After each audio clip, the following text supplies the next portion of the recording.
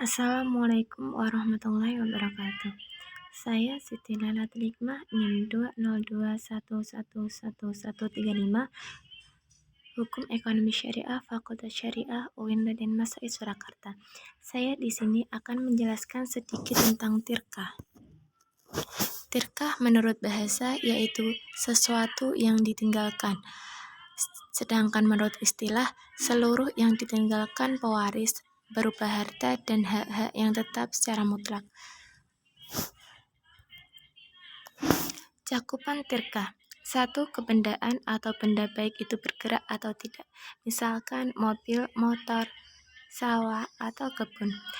Nomor 2. Hak-hak yang mempunyai nilai kebendaan atau hak-hak yang ditinggalkan oleh mewaris atau yang mewarisi, atau juga disebut hak pendaya gunaan dan hak pemanfaat.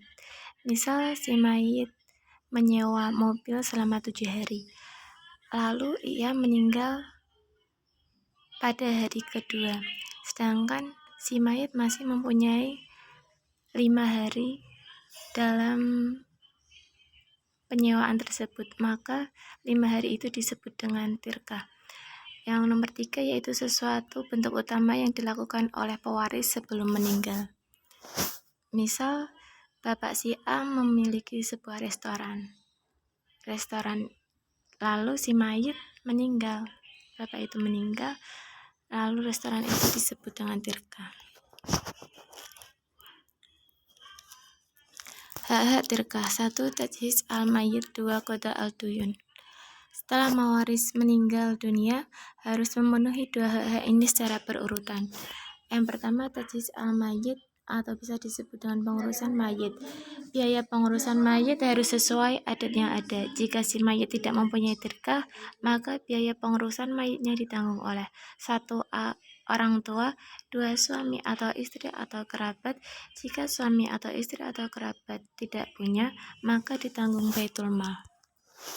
Para ulama berbeda pendapat mengenai hal ini. Bagaimana jika yang meninggal adalah istri? Menurut Hanafiyah, jika ada istri yang meninggal, maka itu kewajiban suami, mutlak ditanggung suami, walaupun suami tersebut tidak punya. Menurut Hanbilah, suami tidak menanggung beban biaya saat istri meninggal.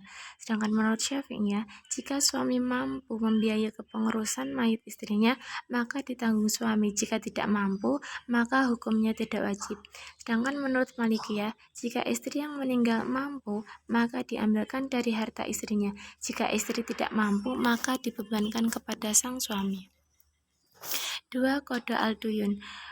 Pertama, hutang terkait harta waris. Yang kedua, hutang terkait tanggungan pewaris. Hutang-hutang kepada Allah juga harus dilunasi saat kita bernadar. Jika harta tirkah mayit tidak cukup untuk melunasi hutang manusia dan hutang Allah, maka para ulama berbeda pendapat pada hal ini.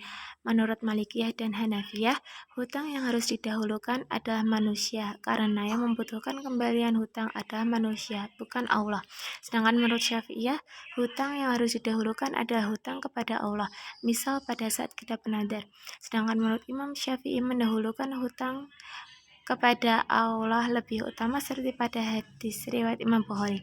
Dan menurut Hanbilah, kedudukannya sama, semua harus dikembalikan sesuai kadarnya. Sekian penjelasan dari saya, semoga bermanfaat. Wassalamualaikum warahmatullahi wabarakatuh.